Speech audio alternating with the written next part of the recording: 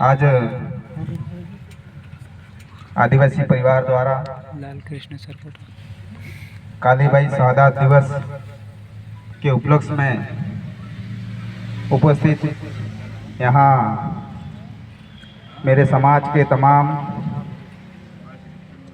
वडील, युवा साथी, कर्मचारीगण और साथ ही साथ माइनॉरिटी समाज से पधारे हुए सभी गणवीरों को इस कार्यक्रम के उपलक्ष्य में आपको लाख लाख जोहार अभिनंदन करता हूं। मेरे पूर्व वक्ताओं ने बहुत कुछ कह दिया है और बहुत कुछ समझा दिया है। हम पर निर्भर करता है कि हम कितना समझ पाते हैं और आने वाले समय में हम हमारे समाज के लिए कितना संघर्ष कर पाते हैं, ये हम पर डिपेंड करता है।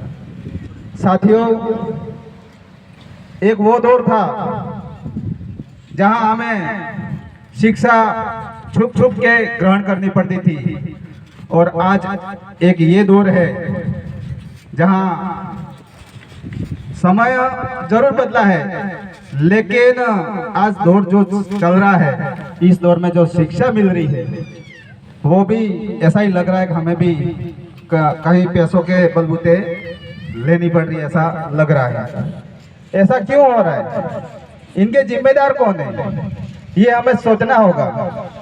हमारे समाज में एक ऐसा मूवमेंट खड़ा हुआ था जिसकी बदौलत आदिवासी परिवार का निर्माण हुआ और साथ ही साथ आदिवासी परिवार का निर्माण होते ही हमारे कई सारे जनप्रतिनिधि भी जीते, लेकिन आज तक उस मूवमेंट को जो के त्यों ही रह गया।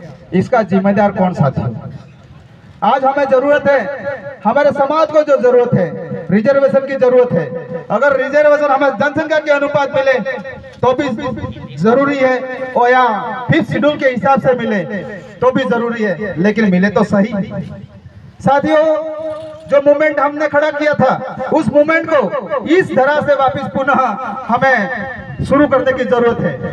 एक तरफ हमारे जनप्रतिनिधि जितने भी जीते हुए हैं वो लोकसभा और विधानसभा में हमारी आवाज उठाए, हमारा रिजर्वेशन को लेकर बुलंद आवाज करे, और दूसरी तरफ समाज की ओर से भी हमें ये मूवमेंट खड़ा करने की जरूरत है। आज साथियों, हमें बैठे बैठे नहीं मिलने वाला है, हमें कुछ भी नहीं मिलने वाला है। जब तक हम दोनों तरफ से संघर्ष नहीं करेंगे, हमारे आने वाली पीढ़ी के लिए कुछ नहीं मिलेगा। हम कितना भी बोल लेंगे, कितना भी कह लेंगे, लेकिन समय मंच सस्ता है, सुनते हैं, चिल्लाते हैं, इसके बाद घर चले जाते हैं, पुनः चुप हो जाते हैं। लेकिन मैं आशा उम्मीद रखूंगा यहाँ जितने भी पंचायत और मेरे सामने वडील बैठे हैं, इस बात को मंथन करें, क्योंकि समय धीरे धीरे जा रहा है, आ नहीं रहा है। आज हम कहते हैं हमारे हक अधिकारों को लेकर हम लड़ रहे हैं, लेकिन आज परिणाम कुछ और ही दिख रहा है। और जिस तरह से आज मुझे जो संख्या बल दिख रहा है, वो संख्या बल कुछ और होना चाहिए था, लेकिन दुख क्या विषय है कि आज संख्या कम हो रही है। ऐसा क्या है, ये क्यों हो रहा है, ये सोचना होगा, समझना होगा।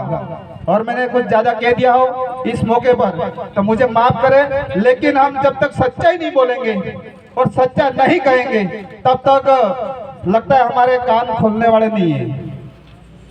आज सोशल मीडिया के मार्फत देखा जाए, हर कोई आए दिन लिख रहा है, कुछ न कुछ लिख रहा है, लेकिन हम हमारे समाज के लिए, आने वाली पीढ़ी के लिए हम क्या करें, किस तरह से, किस वे में ले जाकर हम हमारे समाज को मार्गदर्शन करें, ये कोई नहीं सोच रहा है।